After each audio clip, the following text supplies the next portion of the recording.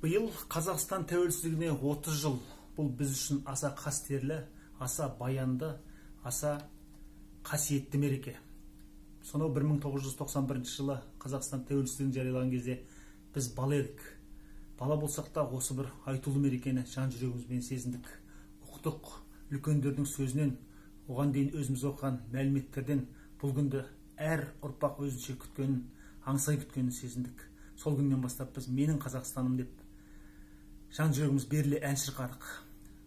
Одан кейінгі ғұмырымызды тәуелсіздік жолындағы барлық жақсы істердің жоқшысы болуға, ізденушісі болуға арнауға тырысып келеміз. Ендеше Қазақстандағы әрбір азамат осы тәуелсіздіктің 30 жылдығына орай үлкен іс тындыруға, жақсы ерліктер жасауға, тіпті жоқ деген күннің өзінде бірлікті дамытуға, ел болу жолындағы бағытымызды түзеуге еңбек сіңірсе қанекей. Осы бастама тұрғысында Нұр-Сұлтан қаласындағы орталықтандырылған кітапханалар жүйесі үлкен істер бастап, акциялар ұйымдастырып жатыр. Осы акцияға үлес ретінде бүгін мен Қазақияға деген өлеңімді оқып берсем деймін. Қабыл алыңыздар.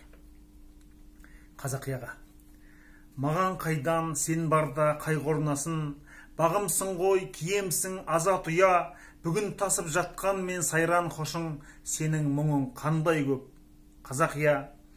Шерінеге сонша мол сен дегердің, қойдың бәлде оған жүк бөлек артып, адасармын, мен мейлі сенделермін, бірақ сен жанымнан көрем артық.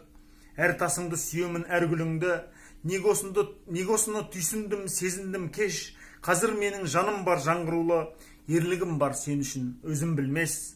Қазақия, барымды ұсындым мен, жүрек білек, бәрінде аямаймын, күндіз сені күн болып құшып жүрем, түнде сені ай болып аялаймын, сынамасқа немене бағым дерше, сен қарсалу үшін де әр таңдаман, садақ болып атылам жауын келсе, саған қарай оғышса, қалқан болам, ренжімеймін атымды танымасаң, шырқалады кеудемде толқып әнің, жылап тұрса бұлағың көзін ашам, тартылды ма теңізің, толтырамын, ер деп тусаң айнымас сөзім міне, дәуіріммен серттесіп қол алысқам, шын алыптай өзімді де болашаққа апарам.